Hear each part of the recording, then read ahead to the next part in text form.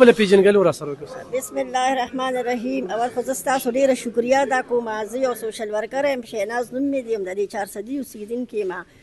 زه راغلی ما د دې غریب آواز اوچتوم. زمونږ دا ډېرې خویندې دي چې دا ډېرې بېروزګاره شوم، د دې ټیمې کې بېروزګاره شوې.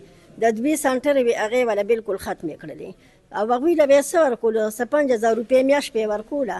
په هغې کې به هغوی درې جینکوله اخېستې، په هغې کې به هغوی پیسونه پکې مخکې داخلولو، په هغې کې به هغوی مشینونه جوړولو. نو په کار دی چې دا ولې بندې کړې؟ دا خو غریبانانې وې، په کورونو کې به یې ګنډل کول او د بیې ګنډل به یې کول، جینکو ته به یې چلونه کول. هره میاشت کې به د دې انسپېکشن یې کېدې، هره میاشت کې به دوی له خپله تنخواګانې ورکولې هم نه، ځکه چې په درېیمه په څلورمه میاشت پر هغوی غریبانانو تنخواګانې وې. نو په کار دا دی چې دا دونه سنټرې خو نه وي او 5000 روپۍ وې، نو دا څه سنټرې خو بیا دې ټیمې کې وله پرېښې وې که نه، ځکه چې دې کې موږ سره ډېرې کونډې هم دي. څومره کونډې او بېروزګاره شوي؟ یاره کونډې خو ډېرې زیاتې بېروزګاره شوي دي او دغه بچي یې دغه شان ماشومان ناست دي، کله به له وږي پاخه کړي په کوڅو کې ناست دي، کله به و دې ټیمې کې دومره پیسې نشته، دې له سم نه راځي، ځکه چې دې کې دا زمونږ ډېر غریبانان دارونه هم پکې دي، دې کې زمونږ دا مشران هم ناست دي، د دوی نه پنشن شته، د دوی نه تنخواګانې شته، ول دا ټیمې داسې نیستمنه ده.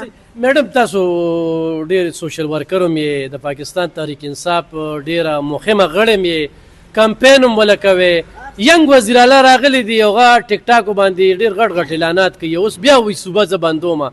نو په دغې درنو باندې ډېرې خرچې راځي، ټیمې په خرچه هلته ځي که الف خان وروره داسې چل دی چې پاټۍ ته خو به زه هم نه، خو چې پاټۍ ته راشم که نه نو تاسو ته پته لګي چې زمونږ ناظم صاحب ووایي چې اسپتال دی، په اسپتال کې زه په خپله ورغلو وم، ګرځېدلې یم پکې، په هغې کې سي جینکۍ به له سهار نه تر ماښامه پورې ناستې په هغوی ټول اسپتالونه جارو کوي، 15000 روپۍ به هغوی له ورکوي، هغه به هم کله ورکوي او کله به نه، کله به یوې میاشتې ته ولیږي او کله به. نو زه د خپل ناظم اعلی صاحب ته وایم چې ته راشه د دې خپل امینګانو امپیګانو تپوس وکړه که نه، چې ولې زمونږ دا ملک ولې داسې په ګرانۍ کې روان. ناظم نشي کولی، ډېر لاندې دی، هغوی زه د خپل افسر تپوس نشم کولی، نو هسې د خپل امپیګانو امینګانو ته ته څه ویل غواړي؟ تا خو له ډېر پوخ کمپین کړی. بلکل ګرځېدلې یم، ورله ایجنټیانې مې وله ورکړي دي، بیا هم ګرځم، اوس بیا خو زه د خپل لیډر دپاره ولاړ یم، خو بیا هم زه دوی ته هم دا وایم چې تاسو له هم پکار دي چې راشئ د خپل ورکرانو خو تپوس وکړئ که نه. د دې غریبانانو دپاره زه هره دروازه ما ټکولې ده، که هغه زما امینګان دي که انفیګان دي، خو ما له چا هېڅ هم نه دي کړی، خو ځکه چې زه اوس د دوی اواز اوچتوم، زه راوتم چې د دوی غریبانانو څه دغه وشي.